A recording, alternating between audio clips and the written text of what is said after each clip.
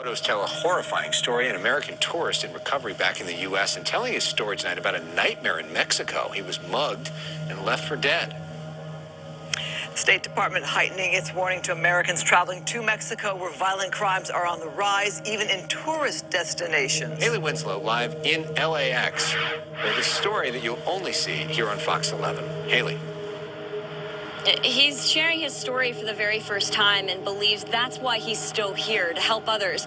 Because really, there is no other explanation as to how he was able to survive all that he went through in Mexico. I'll never forget that feeling. It was the scariest feeling in the entire world, but you're just done. Mugged in Mexico and left for dead. Dustin, Jackson, and his wife were waiting for their flight home after the perfect vacation in Cancun. With hours to spare, Jackson hops in a cab for chewing tobacco, but the nearby gas station doesn't have any. He says the taxi driver, who later charged a few grand to his credit card, kidnaps him. He says there's going to be just a grocery store. So I get out and I'm like, okay, as I'm walking in, then boom, lights out. Next thing I know, I am waking up in a ditch. They filleted off the entire bottom of my foot. So they went to cut my Achilles tendon and they missed. And instead of hitting it, they hit the bottom of the foot and then my foot just flapped around. They were trying to cut my tendons and leave me for dead. My shoulder's completely fake now. There is no more real bone in there. And the doctors think it's for them throwing you out of a vehicle, probably. Now dark and in the middle of nowhere, Jackson, who doesn't know Spanish, stumbles around for hours screaming for help. When even the cops turn him away, he crawls under a tarp to die.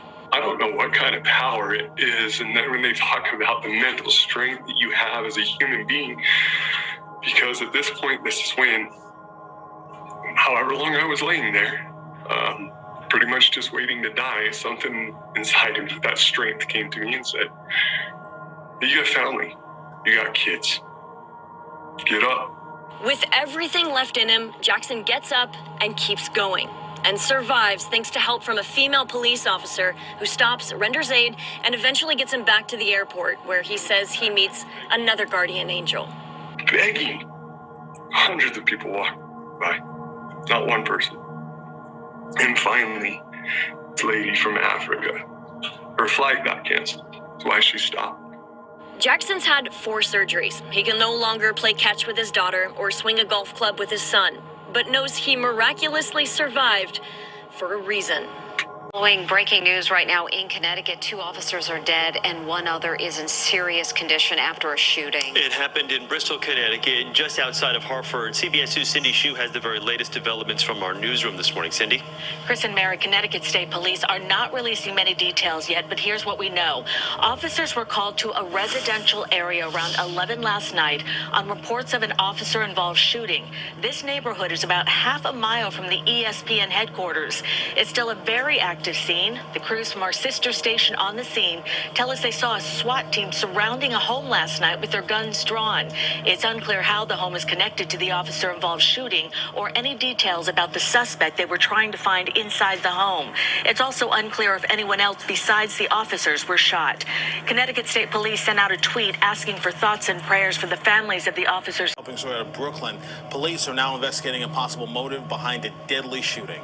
You are looking at Citizen video tonight showing the scene there on the corner in the Brownsville section. Pix 11's Katie Corrado live at the local precinct with what we know at this hour. Hi there, Katie. Tamsin, Corey, good evening to you both. Right now, police are searching for 2 men who fled the scene after a deadly shooting outside of a bodega in Brownsville this afternoon. Police say that just before 2 o'clock, they got a call, a 911 call for a man who was shot. They responded to that call and found the man with a gunshot wound to the chest. This is at the intersection of Sutter Avenue and Junis Street, right outside the Mucho Loco Deli grocery. That was a 31-year-old man found shot in the chest, rushed to Brookdale Hospital, where he died. We spoke to a woman who often passes by this deli, as well as an employee at a store across the street who heard the shots. I know there was a lot of people always outside. Nowadays, I don't know if it's daytime or not, but it's sad. I was inside in the store, and I was busy for my delivery. 1, 2, 3, I listened something pop outside. I could see, outside I see somebody laid down. in a couple of minutes an ambulance can pick up him. Are searching for a hit-and-run driver who struck a brother and sister walking along a road in Suffolk County. The 13-year-old siblings were in the bike lane on Granny Road in Coram last night around 7:30 when they were hit by a driver in an SUV. The boy was killed. Eyewitness News reporter Stacey Sager spoke with their stunned and heartbroken mother. Stacey is near the scene of the accident with the very latest. Stacey. Well, Liz, you know, this is a tragedy on so many levels and devastating for this boy's family right now. We are here on Granny Road. As you said, it's a very problematic road. Cars speeding here. We've seen them throughout the day. At night, it's even worse. And now Suffolk County Police really need your help, and so does this family. He's my hero. And his mother is now heartbroken. She says her son, 13-year-old Tyler Phillips, was struck and killed Wednesday by a hit-and-run driver while walking in the bike lane here on Granny Road in Coram at 7:25 p.m., walking with his sister, Crystal, who tells us they never saw it coming. Just a quick glimpse of an SUV with no lights on. All I see was a gray car. We expect the vehicle involved to have front and/or side. Florida fathers face attempted murder charges after deputies say they opened fire during a violent road rage fight and ended up shooting each other's young daughters.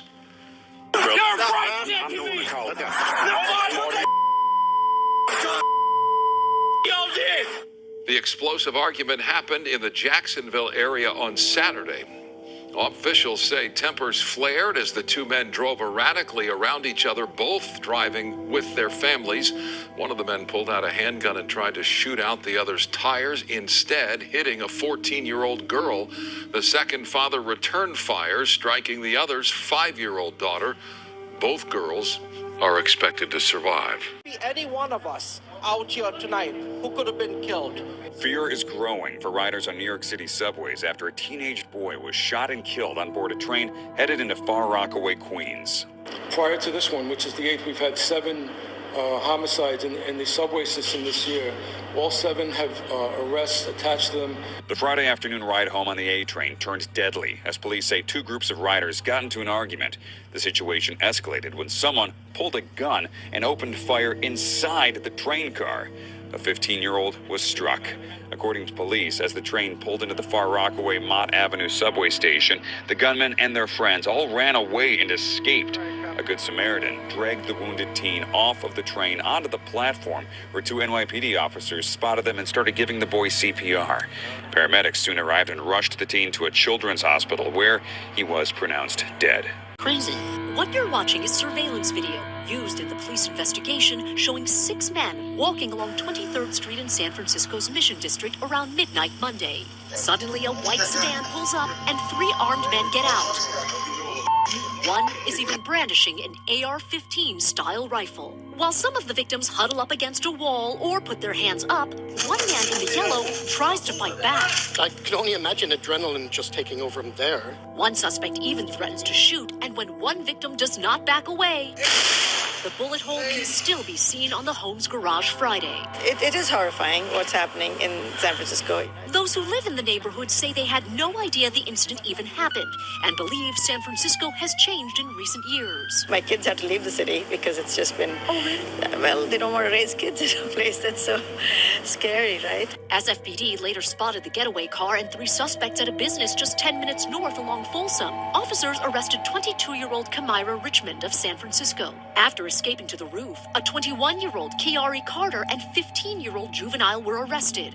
These firearms were seized from the trio. Police tell me they do not encourage victims of crime to fight back. Stupidity, courage, those things I'm not quite sure where the line is there. And urge citizens to be aware of their surroundings at all hours of the day. All suspects are now in custody on more than a dozen charges each, including attempted murder. The juvenile also has a no-bail warrant out of Alameda County. tell you about in Queens. Police released footage of a 66-year-old man dragged, punched, and kicked in Middle Village. The robber got away with a bag filled with $17,000. The robbery, along with an alarming rise in crime in the neighborhood, only adds to the concerns of the many people who live there. Here's Eyewitness News reporter Anthony Johnson. Many residents of Middle Village in shock.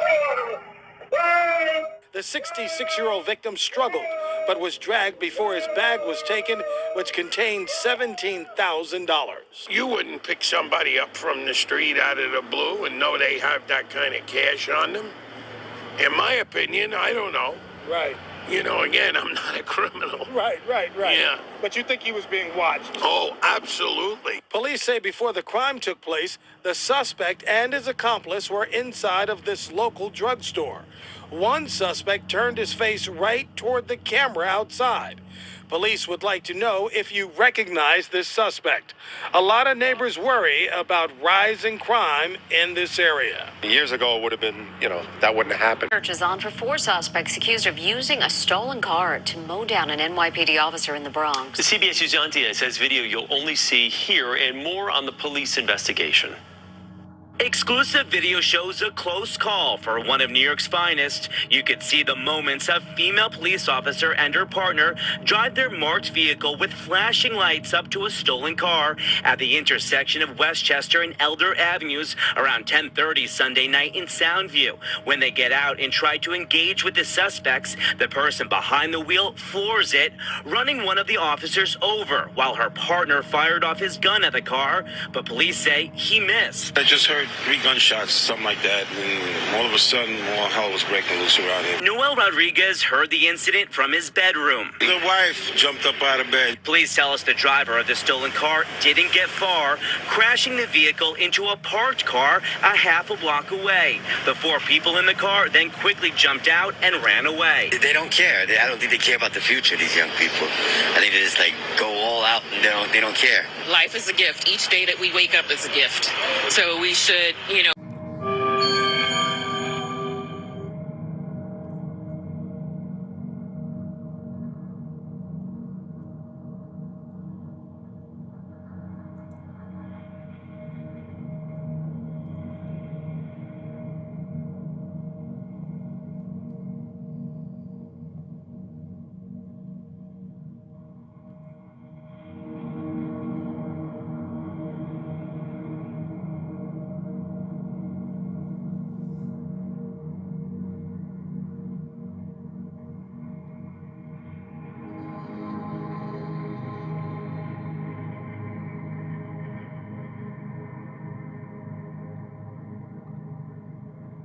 Tonight, a woman says she got a sexually transmitted disease after the janitor at her office got a hold of her water bottle. That janitor charged now with aggravated assault with a deadly weapon. ABC 13 reporter Jessica Willie spoke to the victim and joins us live with more on this truly disturbing case. Jessica. Yeah, the victim says her life is forever changed after what this man allegedly did. She suspected he was tampering with her water bottles when he cleaned her office after hours. Video confirmed her suspicions. Some of these details are graphic. This individual is a sick man. 50-year-old Lucio Diaz inside the victim's office last month to clean. Her water bottle out in the open. What happened next is disturbing. Pulls out his penis and proceeds to stick his penis into my water, probably, I would say maybe halfway in, and then tilt the bottle back and basically rinse his penis into my water. The same thing caught on camera not once but 2 days in a row, says the victim, who does not want to be identified. With the police investigation still underway, she shared only this still image from video that ABC 13 watched. I was very, very scared. And I immediately thought, what if he has a disease? In late August, she noticed a foul smell in the employee water dispenser like this one at the doctor's office where she works on the East Freeway. Then in late September, she thought her own water bottle had been tainted with urine. Sure enough, court records say a urinalysis confirmed it.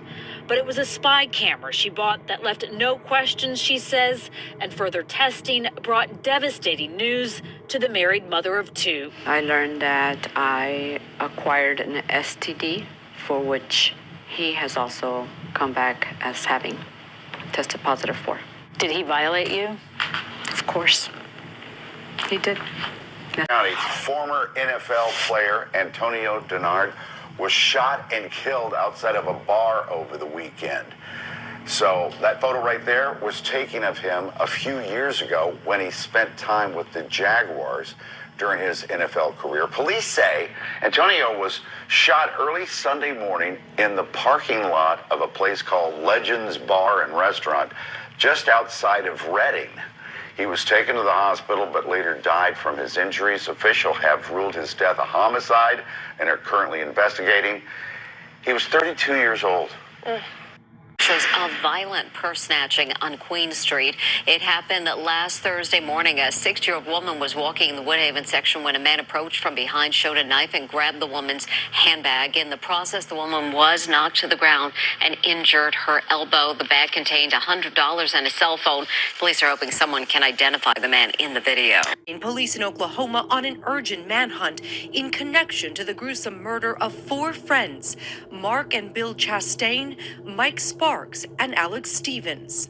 Although the official cause and manner of death is still pending, each victim suffered gunshot wounds. Officers now focusing their investigation on a salvage yard and its owner, Joe Kennedy, who they are calling a person of interest. Authorities believe there was no prior connection between him and the group of friends. We believe the men planned to commit some type of criminal act. That belief is based on information supplied by a witness. Mark Chastain's wife, Jessica, was the first to file a missing persons report last Monday with police. When he didn't show up at 7 o'clock in the morning, that's not like him. I knew something was wrong. Mark and Bill Chastain's cousin Ashley dismissing the claims that the men were heading out to do something criminal. Whether it was right by you, me, or anybody else's standards, their lives meant something. Again, police do have a person of interest, Joe Kennedy. The woman was found dead in the bin in the driveway of a home on Staten Island. Police made the gruesome discovery after responding to a 911 call early this morning in the Port Richmond section. Officers say the body was found wrapped in a blanket inside a plastic storage bin. The victim is believed to be in her 30s but has not been identified. The medical examiner will determine the exact cause of death. So far, no arrests have been made.